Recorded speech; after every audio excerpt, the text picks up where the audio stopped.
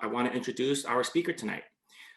We have tonight three-time FDU alumnus, Dr. Stein Smith. Dr. Smith earned his undergraduate degree from FDU in 2010, a master's degree in accounting in 2012, and an MBA in 2013. If that weren't enough for degrees, Dr. Stein Smith would go on to earn his doctorate in business administration. Dr. Stein Smith is currently an assistant professor of business and economics at Lehman College at the City University of New York, and previously was a faculty member at Rutgers University. In 2019, Dr. Stein Smith was visiting research fellow at the American Institute for Economic Research. He also serves on the advisory board of the Wall Street Blockchain Alliance, where he chairs the accounting work group. Dr. Stein Smith is also the chairperson of the NJCPA's Emerging Technologies Interest Group. He's an accomplished author who has published numerous books and peer-reviewed articles on accounting, finance, blockchain, and cryptocurrency. He's a subject matter expert and contributor for Forbes.com and Accounting Today. Sean is also founder of the Institute for Blockchain and Cryptoasset Research, an institute focused on producing leadership to encourage broader adoption of blockchain and cryptocurrency technology. Lastly, Sean is also a valued member of our Alumni Association Board of Governors, and we're thankful for his time as a volunteer for the university, but I'm also thankful for his time in joining us tonight. And Sean, I'm happy to pass the screen on to you. And I did not think you would actually read that word for word, but he kept it shorter. Okay, so I'm happy that all of you are here tonight to talk about Bitcoin, blockchain, and all of that. So I do have the actual questions that I got yesterday from Ken. I'm gonna try to answer those as I go, but if there are any other questions or comments, drop them in the chat as we go, and I will try to answer them as we go. And if there are any questions or comments that I don't get to answer, I am gonna put my email and other contact information at the very end. So if there are questions that I am unable to answer, or that I don't answer correctly, as you are concerned, you can always follow up with me on that. So in terms of the background, I won't bore you with anything more on that. That's me. Hair's a little longer these days, but outside of that, that's me. So really what we are going to be trying to be covering tonight, and it's impossible to cover crypto and blockchain Bitcoin updates in a hour. It's impossible. But what I'm going to try to do is to highlight some updates, some key trends, and some really hot topics that anybody who's interested in Bitcoin, crypto, blockchain really has to know. But to start off any crypto presentation, we always have to start with the current price of Bitcoin, just to check in and to try to see how it's doing. So we are a bit off the all-time highs. That's fine. But these levels are obviously really, I'd say, since about June of 2020, Bitcoin and the overall crypto marketplace has been on a upswing, has been on an absolute tear, which is probably why all of you are actually here right now, because the overall crypto asset marketplace has been extremely hot and has attracted quite a bit of attention. Now, I know that a few questions that had come in and that I was asked were trying to talk about sort of how to buy crypto, is it safe, and then how is Bitcoin linked to actually blockchain. So in terms of trying to find a good platform for sort of retail investors to purchase coins, tokens, other crypto assets, what I would say there is that for the bulk of individuals out there, including me, I use Coinbase. For the vast majority of my transactions, I'm not linked to them in any way. They are the biggest crypto trading platform in the US, and they are going public soon. So they are a US based company, and they are the biggest one in terms of individuals accessing it. So, and also in terms of trying to give any tips as to my favorite coin or token, I don't normally talk about that in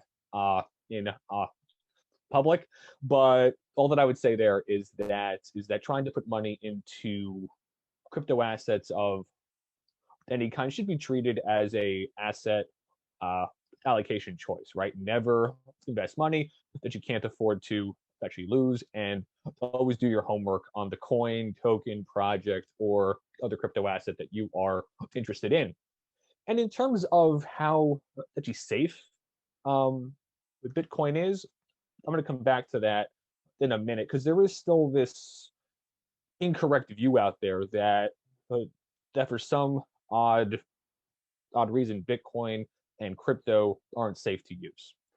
And I know just before we kick off, one other question that I did want to answer is that there actually was a question about actually buying Bitcoin directly, buying miners, or buying crypto ETFs. So there are no, as of right now, March 23rd, there are no crypto uh, ETFs that have been approved to operate here in the US. But there are some options in some other markets here in uh, North America that we are going to talk about. Okay, so with those sort of questions that were introduced, that I tried to summarize and to answer, and if there are any more questions, any follow-ups, please do drop them in the chat. We are going to get ourselves going here. And again, thank you all for tuning in tonight. I do quite a bit of work in this space. I'm on the board of a few firms out there that are in this space. I'm on the board of a think tank, a crypto payment company, and a trade association. So I'm involved in it from a writing, talking about it point of view, but also a hands-on operations. So in terms of Bitcoin, which is probably why I would assume that the actual bulk of you are actually here, right? And there have been quite a few headlines about Bitcoin going into the mainstream. We have Tesla, MicroStrategy, Square, and a whole host of other entities out there. Apple has been talked about trying to allocate something like $10 billion into Bitcoin. So there have been quite a few large institutional players allocating big chunks of cash into Bitcoin, all of which has in turn pushed up the overall price per coin and the overall crypto asset marketplace. Because it's important to note that the term cryptocurrency is a umbrella term, and that overall Bitcoin, depending on the day, counts for about half or 2/3 of the overall trading volume and the overall market cap for all cryptocurrencies. So it's honestly is a Bitcoin plus everyone else marketplace right now. So just a few headlines out here. So back I guess it was about this time last month. Yeah, actually February 23rd, there was some conversation down in Congress. They had the current chairman down there giving his update basically to the Congress. How did Bitcoin get his name? How did it get started and why?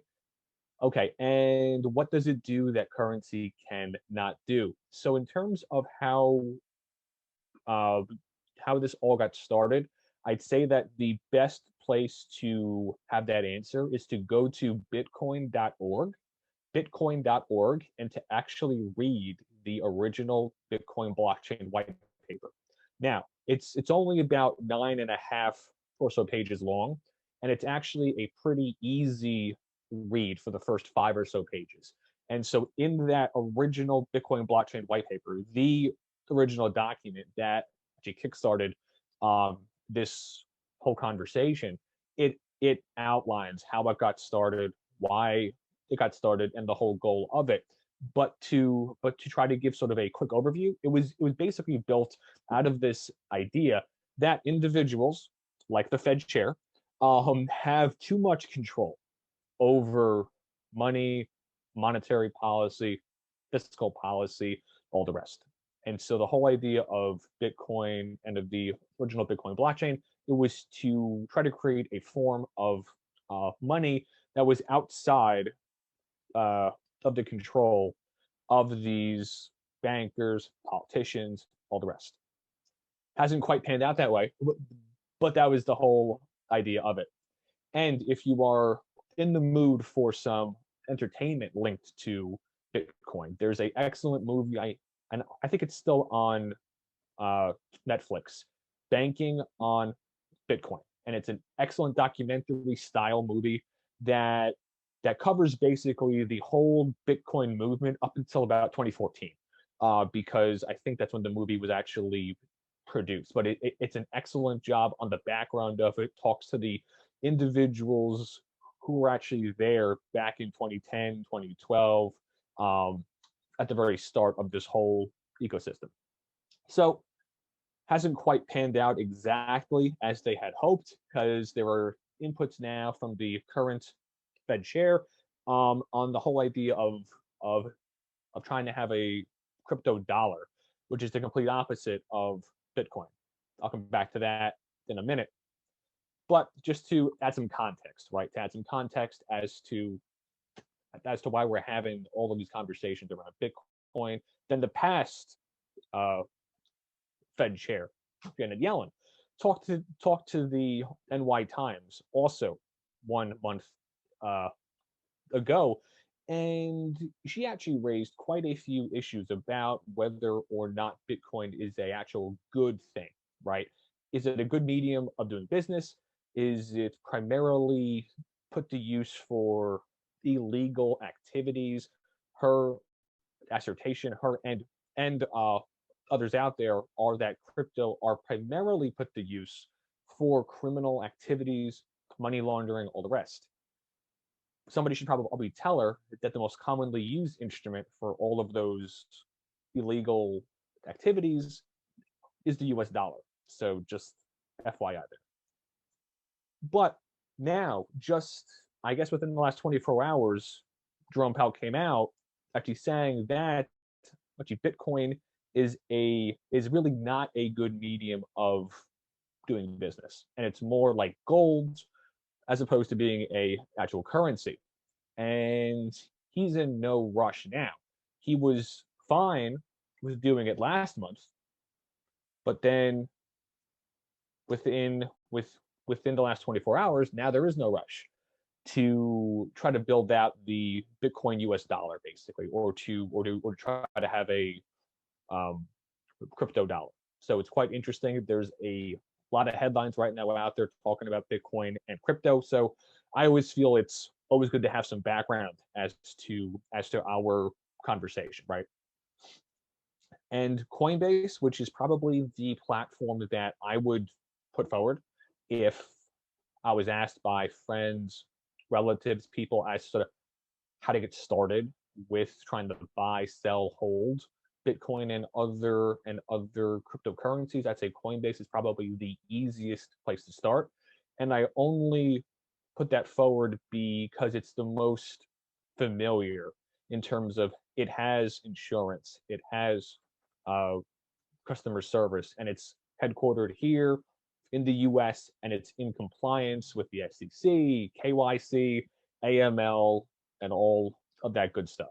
So I would say that Coinbase is probably where the vast bulk of folks should actually try to get started if they are interested. Okay, so I want to dwell on this stuff too much because it's a bit technical, but I did want to include this in here because all of this is also why Bitcoin and other crypto assets have been such hot assets over the last half year or so. Basically, the OCC came out starting back in September of 2020, and then also in January of the current year, 2021, they have they had basically issued the okay for banks to get into processing crypto payments, which which I guess prior to these updates, it was a bit ambiguous as to could they do it, how could they do it, how often could they do it, what services could they offer. And so having these updates out of the OCC, the Office of Comptroller of the Currency, back in September and in January, basically opened up this whole door for all of these really interesting applications. And I know that the whole cannabis industry is a hot topic right now, especially here. Um, and so a great parallel to try to draw is that if you have a industry, right, be it cannabis or be it crypto, that's unable to access the commercial banking system, it is not going to grow up to the levels that it could. So having these updates come out really sort of turbocharged the whole Bitcoin crypto space in terms of being used, being talked about, and the actual price per coin level. Okay, and so actually now in terms of how is crypto being used, there are two banking institutions that have been approved to operate exclusively on Bitcoin and other crypto assets, meaning that they actually don't have uh, any dollar-based operations. Their whole operation is around the Bitcoin and other crypto assets. So it's quite interesting. And I had talked about this briefly off the top. There are no crypto ETFs yet in the U.S. There are ones that are available up in uh, Canada, and there are some trusts that are also available here. I know probably the big issue with trying to buy Bitcoin via a trust, be it Osprey, uh, Grayscale, other options out there, is the price premium they actually charge you to buy Bitcoin through them. So always do your homework in terms of how much basically premium you have to pay as opposed to buying it directly. Okay. Okay. So just some quick updates to try to add some context to our conversation, right? Because in order to understand why we're talking about Bitcoin and crypto assets really all the time now, we also have to understand the headlines out there. But in terms of, okay, fine, what exactly are we talking about when we are talking about cryptocurrencies? So there are over I think there are over, let's see, right now, 5,200 different cryptocurrencies out there. That is 5,200 coins and tokens out there trading. And all of them operate differently. There's XRP, Litecoin, Ether, Cardano, Bitcoin Cash. There are hundreds, thousands of them out there, and they all operate differently. So it's always important to, again, do your homework on the uh, individual coin, token, project, all the rest.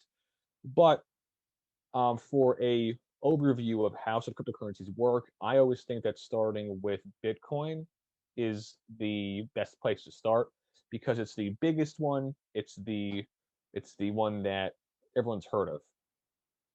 Sean, how do NFTs fit into this whole thing?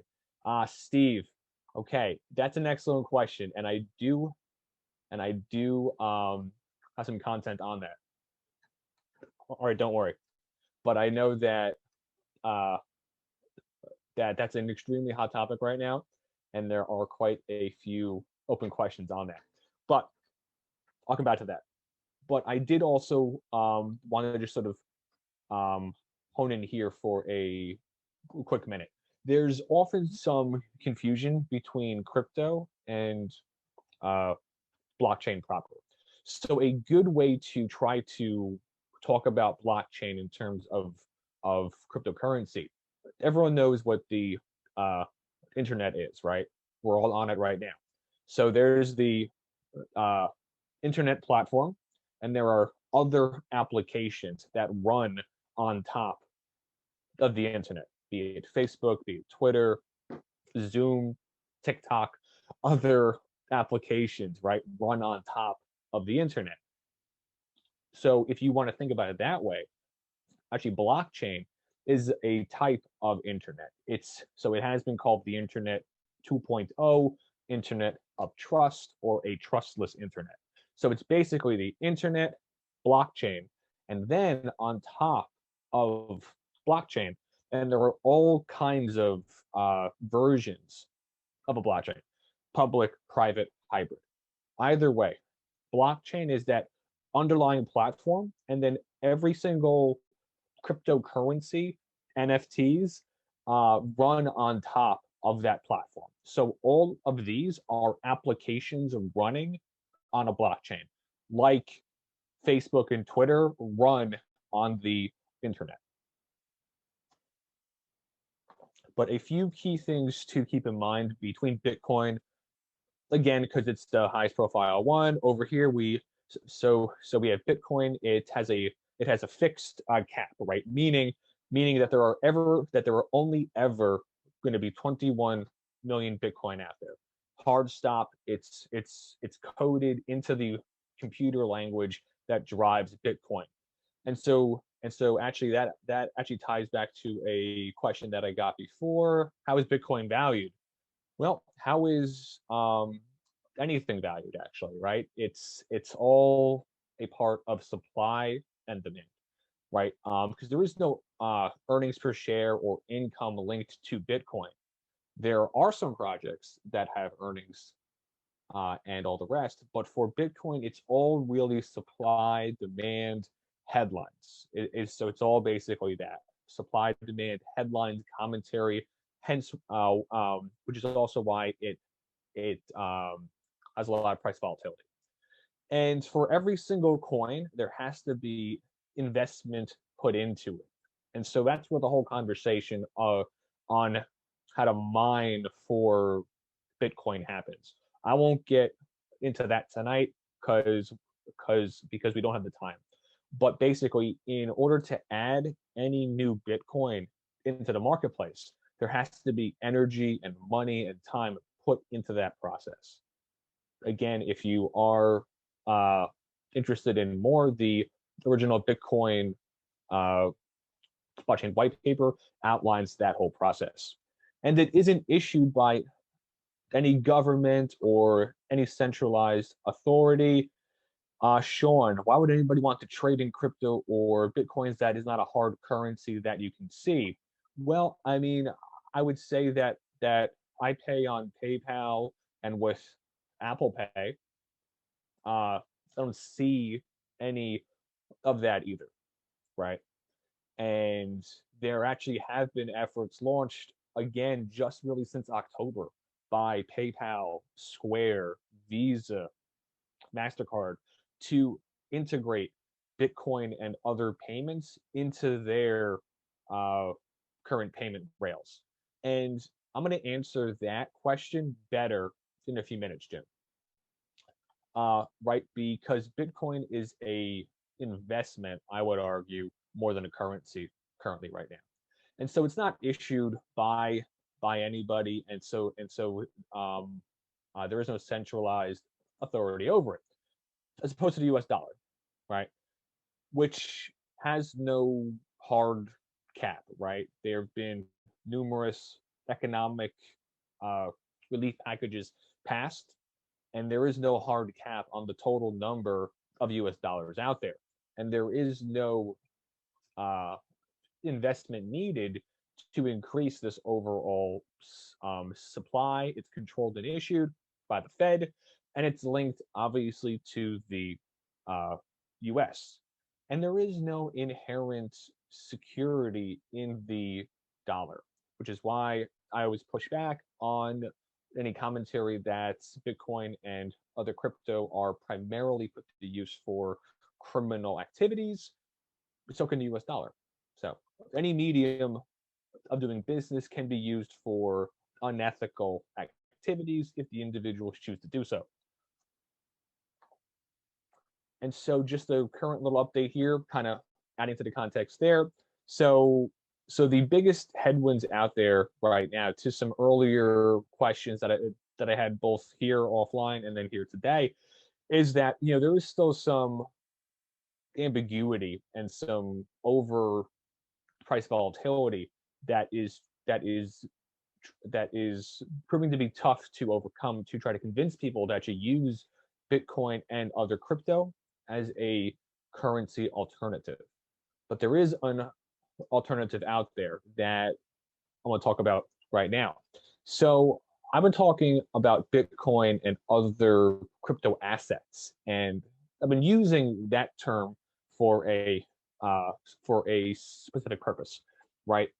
That the term cryptocurrency has kind of become synonymous with Bitcoin, but there are other options out there, right? There are coins like Bitcoin and Ether that are totally untethered to anything. There are coins connected to underlying assets, to the U.S. dollar, that are less impacted by sort of market headlines and have much lower price volatility, and that are easier to be used as a medium of doing business.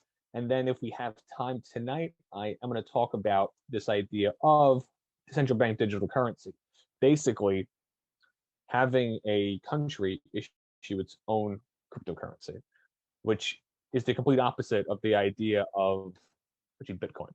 So it's extremely interesting, I think, to watch how from 2008 to 2020, right?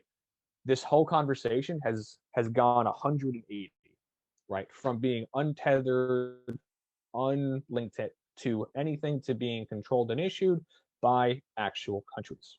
Okay, so in the interest of time, I am gonna keep us rolling here because I do want to get to, because I know that I do want to get to two things specifically. I do want to talk about stable coins really, really quickly because that is a question that I get quite a bit. And then I promise that I'll come back to NFTs because that has really taken the world by storm over the last few weeks as a real blockchain application, and that has gone mainstream. So I know that a common question that I get is, okay, fine. So I can buy Bitcoin, I can do it via some platforms out there, and I'm holding Bitcoin. Great. Can I do anything with it? The answer is yes, it's entirely up to you. But if you are buying Bitcoin as a investment because you believe and you hope and you plan for the price to go up, you probably aren't going to want to use it to go buy some pizza. So there are some other options out there, and probably the option that has I would say grown the most in terms of trying to get crypto to be used as a actual medium of doing business is this idea of a stable coin, right? And all that we are talking about here is it's a cryptocurrency that's backed or pegged or connected otherwise to some underlying asset. And I forget the specific percentage, but I think it's between 85 and 90% of all of these stable coins are backed by the US dollar. So, okay, cool. And there are some other options out there, right? It can be backed by the dollar, backed by some commodity. Gold is probably the top one out there. There's BitGold, Gold Trust, all the rest. And there are some other options out there. But okay, fine. So what's the point of this? Well, the whole point of this is to answer a question that I think came through earlier is, okay, what if I want to use crypto as a medium of doing business? How do I do that? Well, in terms of actually trying to use these asset-backed coins, right, depending on who was asked, it's basically privately issued cryptocurrency. that is pegged to a asset. So in uh, so the concept, I can issue a coin, the SSS coin, and and for each coin that I issue, I have a US dollar on deposit at a bank. And so each SSS coin is then able to be traded in for one US dollar. So therefore, again, on paper, every coin is worth the equivalent of one US dollar. And so the whole goal of these asset-backed coins, right? And they are almost always privately issued, governed by one entity. There's Paxos, Tether is the biggest one out there by far, Circle USD, numerous others. But the whole goal of these coins is they are issued and managed by one sort of private entity.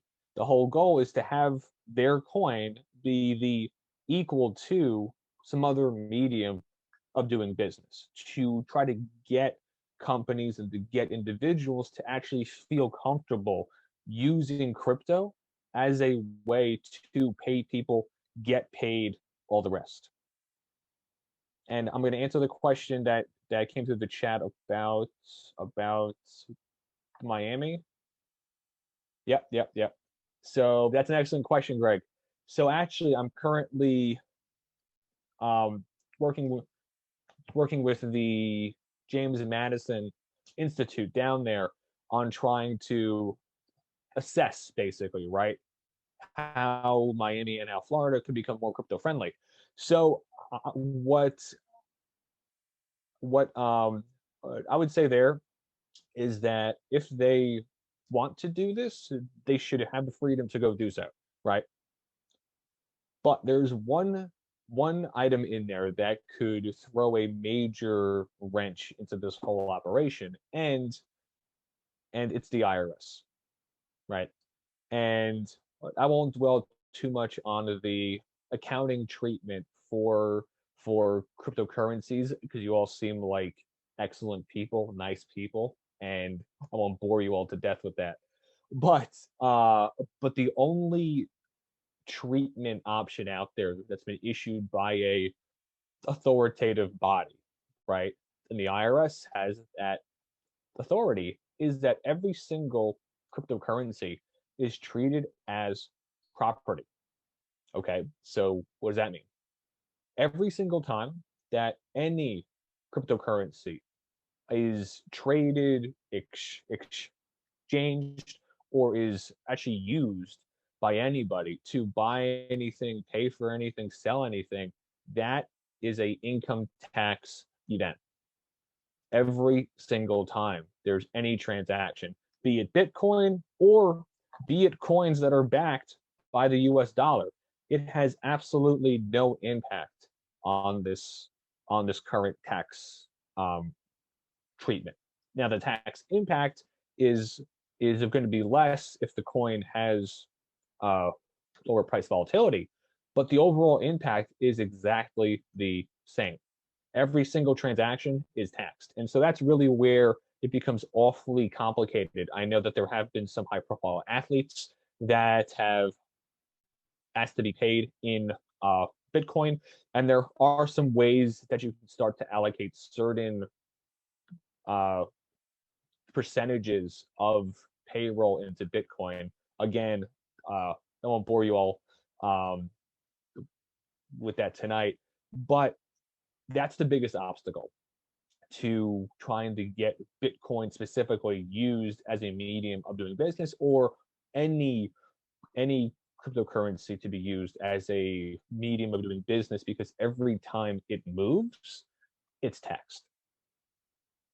So, and the IRS, they have issued a few updates on that, but they do not seem inclined to alter their um, current policy right now. Actually, they are actively stepping up crypto tax enforcement for the 2020 tax filing season.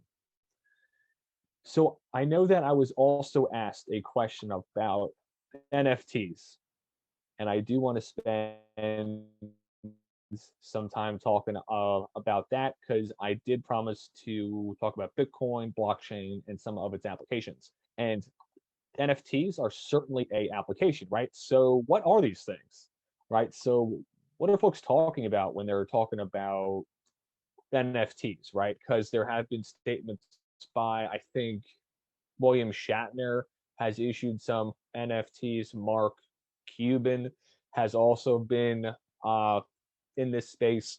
So, what exactly are we talking about, and how is it connected to crypto and to blockchain, right? So, and off the top, here's what you all have probably heard about if you've heard about NFTs. So, this piece of crypto art sold for just under $70 million, and it's called uh, 5,000 Days. And so this image here is comprised, as you might guess, of 5,000 pictures.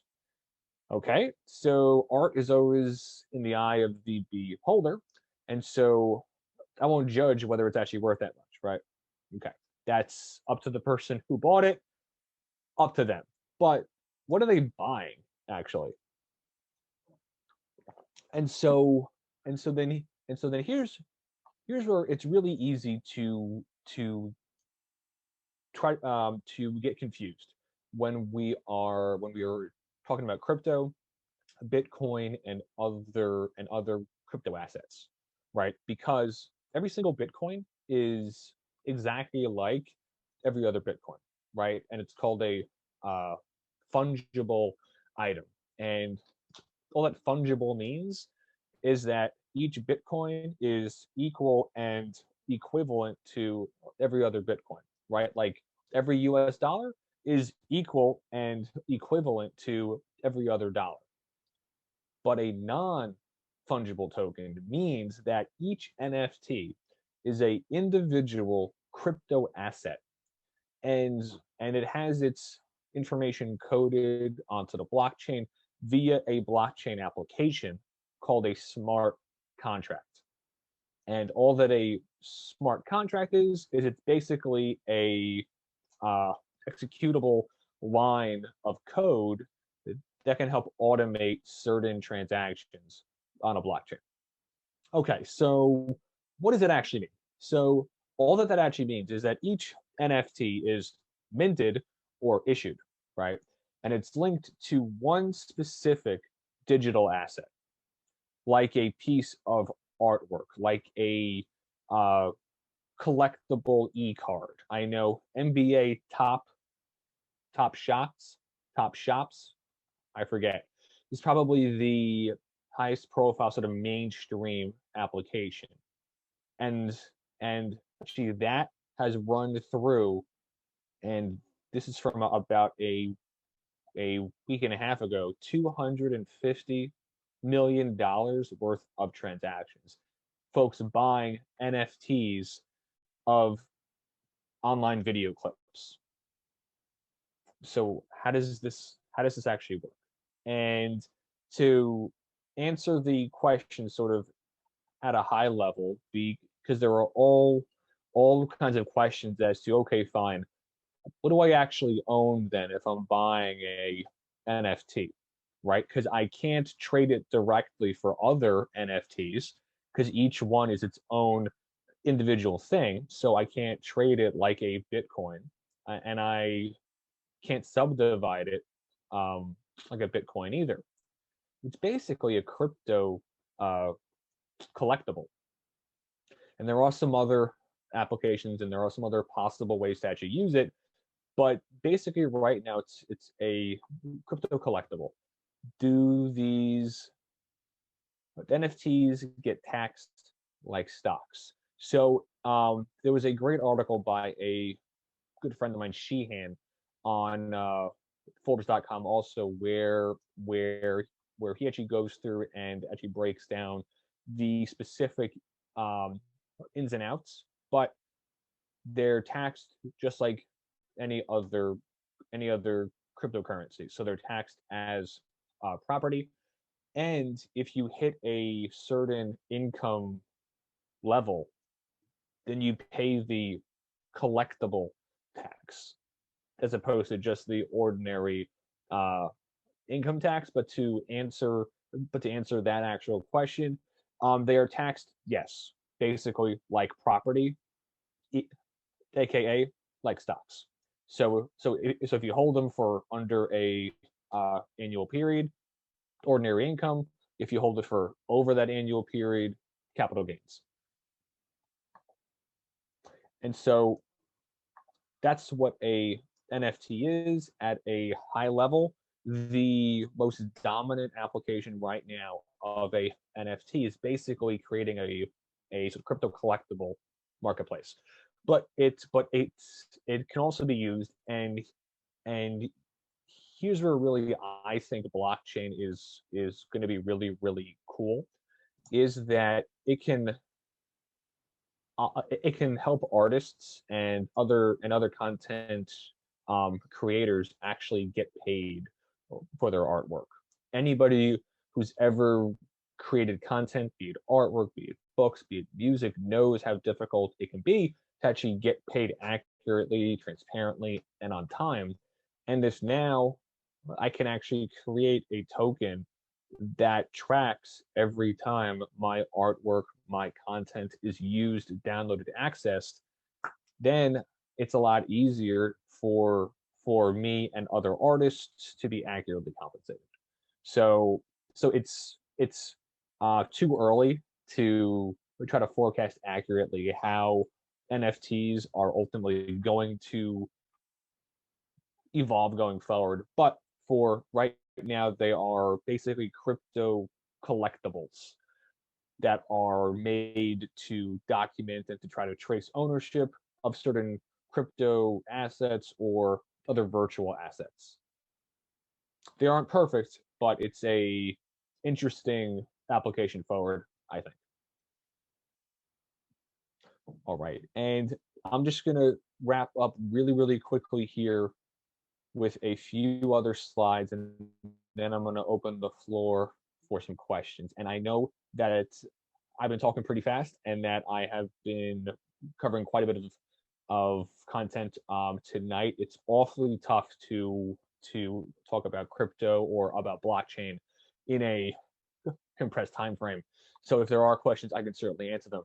So blockchain, yes. So I could do a whole 8-hour session, and I have, on actually blockchain itself. I did not go too much into the specifics of it tonight because that would take up the whole hour, Lori.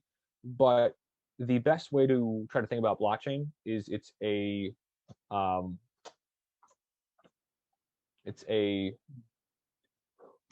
decentralized way to store and to transmit data, right? So a good example is that if your Gmail gets hacked, that individual has access to all of your emails, right? Right, because they're all in that one spot.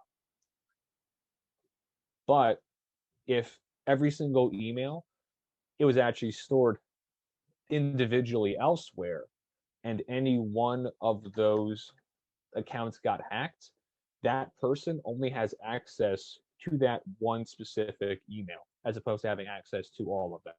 So if you wanted a good sort of working definition that is not overly complicated, it's basically decentralized. If I could type, that'd be great, right?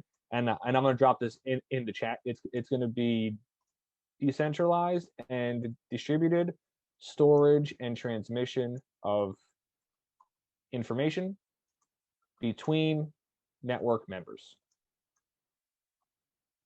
between different network members. And so there are a whole host of applications out there outside of Bitcoin and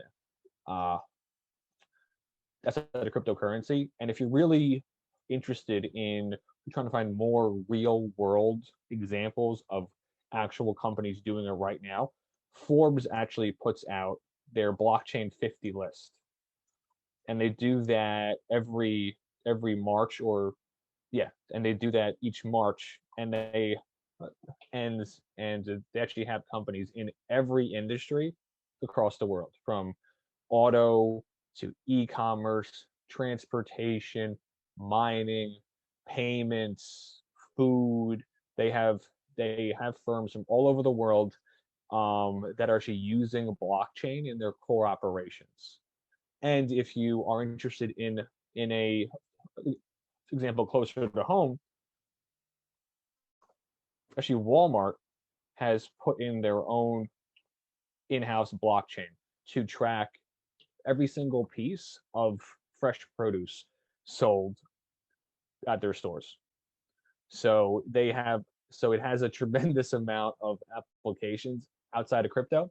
Just the main focus tonight, it was on crypto applications because that gets most of the headlines. But there are any number of applications and actual firms using blockchain in their core operations to trace food, trace medicine, trace people, flights, insurance payments, cargo, all kinds of stuff out there. And so with that, I did want to open the floor for any questions. And I'll put my contact information here, and I'll open the floor for any questions. Let's see. Sounds like I'm trying to substitute information itself to replace currency. But what concerns me is the total oversight, or is the total lack of oversight or regulation that's what led to the '08 financial meltdown.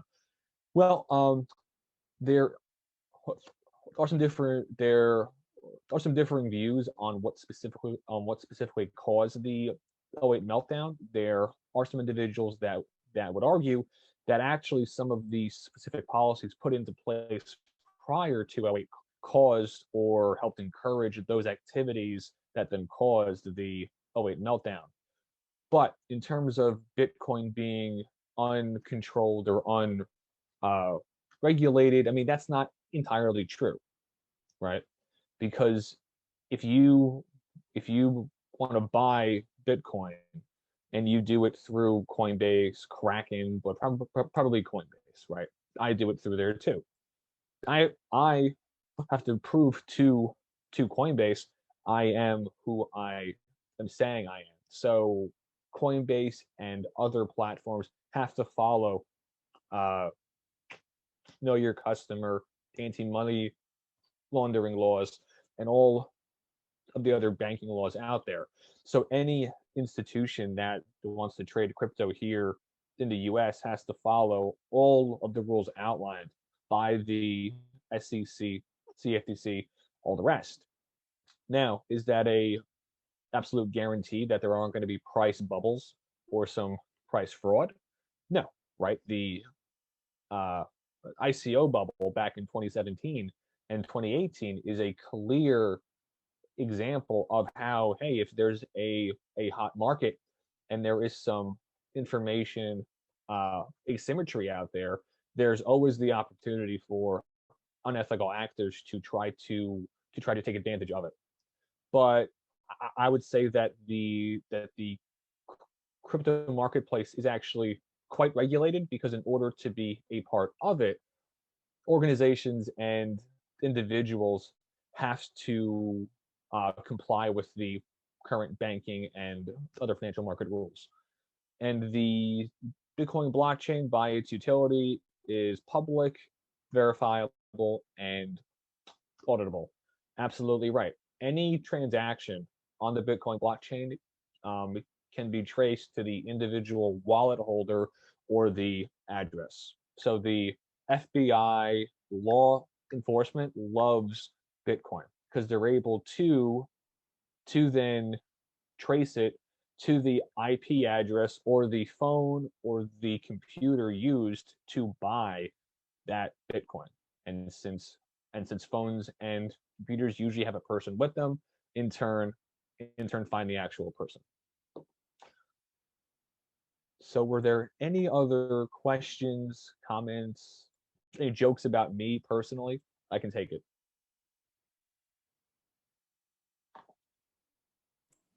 You hear a lot of stuff from experts like Tika Tiwari. That's a interesting question there, Steve. There are some people out there again, that are probably trying to take advantage of the hype and of the excitement right now in the Bitcoin and crypto asset marketplace. Do you mind sharing your slides? Absolutely not. I will be forwarding it to Ken right after I am done here tonight. But I would say that there are always going to be folks out there that are trying to take advantage of the one time they were correct. So Awesome. Thank you, Steve, for that insightful, eye-opening, and very informative presentation tonight. Folks, we are coming up to about 7:55. We do need to end a little bit earlier tonight. Sean does have another speaking engagement following this event with us tonight. So I wanted to thank all of you for coming out. Thank you, Sean, again for being with us. And everybody, thank you for your questions. And I just want to let you all know that we do have another webinar coming up in a few weeks at the end of April. If you go to support.fdu.edu/events, we'll have a webinar coming up. We'll have attorneys from Skank, Price, Smith and King talking about elder care law at the end of April. So definitely sign up for that if you have any relatives that you're looking out for.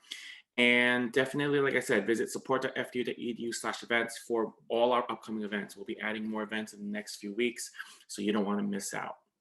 Again, thank you all for coming. Thank you, TD Bank, for being a sponsor. Everyone, please be safe, stay healthy, and be well. Have a great night. okay, thank you so much, guys.